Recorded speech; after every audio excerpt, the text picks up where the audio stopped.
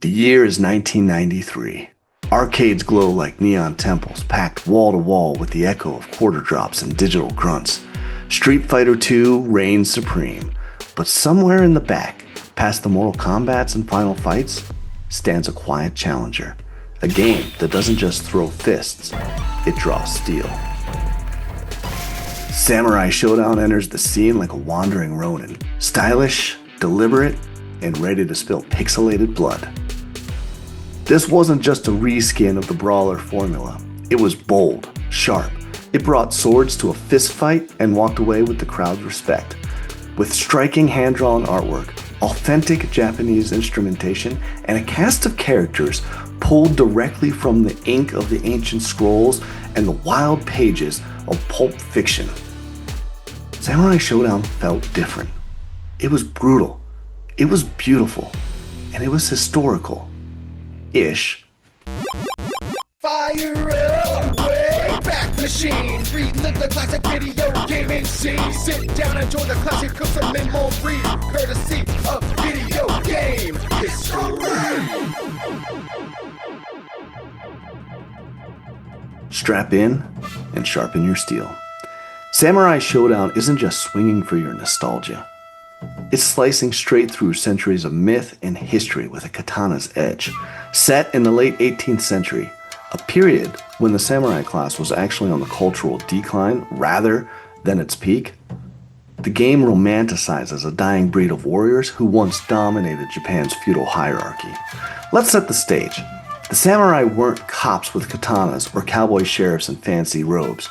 They were elite warriors, highly trained military nobility bound by the iron code of Bushido, loyal to their daimyos, who themselves answered to the shogun, the de facto ruler of Japan.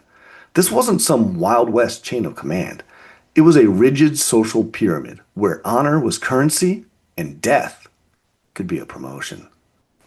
Zoom out, and you've got a world where philosophy met bloodshed, where lacquered armor gleamed beneath cherry blossoms, and a single cut could decide a duel, a legacy, or a dynasty. The samurai aren't just cool because they look good in Yu-Gi-Oh! Prints or action games. They're cool because their entire existence was a high-stakes balancing act between duty and death. It's no surprise that they've carved their way into art, cinema, and yes, the pixelated battlefield of Samurai Shodown. Which brings us to our heroes. Yes, heroes, plural, because this isn't your classic lone wolf protagonist narrative. This is a fighting game, baby, and in fighting games, everyone gets their shot at glory, even if some of them look like they were designed during a caffeine-fueled bender at 3 a.m. in the morning. Samurai Shodown features a roster of 12 playable characters, but spoiler alert, balance wasn't exactly top of mind in '93.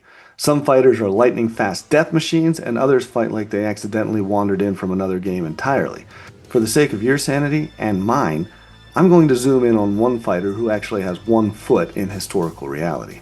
But before I start naming names and butchering pronunciations, let's take a look at the swordplay. Kenjutsu was less about chaotic hacking and more about discipline. It's where philosophy meets anatomy, specifically the part of your anatomy that can be sliced in half if you don't pay attention. It emphasized form, ritual, and precision. Fighters would train using kata, which are choreographed movement patterns that look cool and keep everyone alive. Because, shocker, full-speed sparring with real swords tends to be a bit final. Alright, let's talk about characters. And really, for timing's sake and cultural relevance, I'm going to go with just one. That would be Hao Maru. He is basically the Ryu of Samurai Shodown. Hao Maru is a wandering samurai with wild hair, a big sword, and an even bigger chip on his shoulder. He's out there crisscrossing feudal Japan looking for the next great duel like it's his full-time job. And honestly, that sounds a lot like Miyamoto Musashi. Now, if that name doesn't ring a bell, don't feel bad. Just know this. If you were to pick one samurai, just one, from all of Japanese history, Musashi's kind of the GOAT. Undefeated in over 60 duels, and yes, that includes some serious I'll see you at sunrise kind of drama. Musashi also found the time to write a little book that you might have heard of called the Book of Five Rings, which is basically Sun Tzu's Art of War, but for sword nerds. One of Musashi's big teachings, the idea that a sword is just a tool, just like a paintbrush in the hands of an artist. It's not the tool that makes you great, it's the mastery of that tool that elevates you. For Musashi, swordsmanship wasn't about flashy moves or epic poses. It was about understanding your weapon so completely that it becomes an extension of your body, your mind, and your will. Yeah, Haomaru may not be Musashi, but he's clearly sipping from the same sake bottle of inspiration. Any way you slice it, Samurai Shodown was certainly cashing in on the fighting game craze of the 1990s.